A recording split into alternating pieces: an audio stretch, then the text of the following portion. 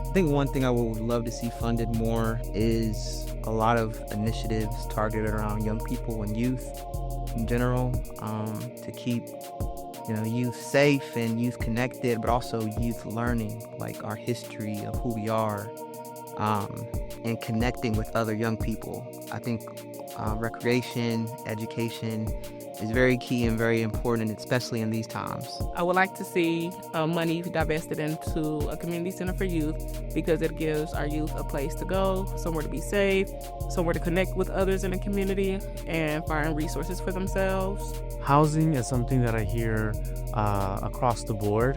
And so I know that in conversations with folks, housing just is something that comes up. So housing is very important for folks in the community. So I think something around housing to be funded.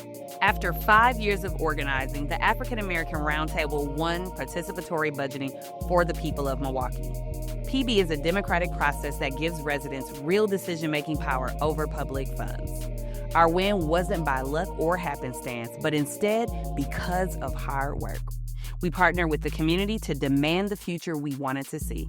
Together with our members, Liberate MKE leaders, and community members, we organized, we knocked on doors, we sent text messages, we launched billboards and bus ads, we attended Common Council meetings, we made our voices heard, and we won. We did it, Milwaukee. We made history. This program will make waves and change lives. $600,000 is coming to Milwaukee through the Milwaukee Community Impact Fund. Residents will be able to propose, vote on, and implement projects that improve community safety. This process will change lives.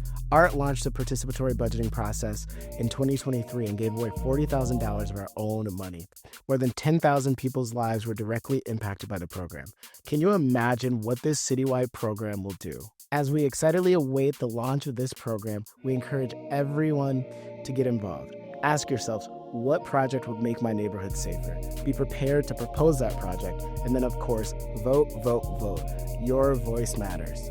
Participatory budgeting is so critical because it gives the power back to people to determine of how to spend their budget. And so it's about civic engagement, it's about coming together, it's about neighborhoods participating fully, and being connected. Like, we want a strong neighborhood, and that takes many voices oftentimes who are left out, to know that they have the ideas, they're creative, they're important, they're wise, and they know best of what's needed for their community. The Common Council approved the $600,000 for participatory budgeting this past April. Since then, residents and Common Council members have been able to propose people to be on the steering committee. The steering committee really lays out the rules of the game and creates what we call the playbook for this process. The expectation is at the end of January, the Common Council will publicly announce the people who will be on the steering committee. After that, the steering committee will begin to meet, and then the hope is by the spring of 2026 that residents will be able to propose projects they would like to see funded. After that, residents will be allowed to vote on the projects that make the final ballot.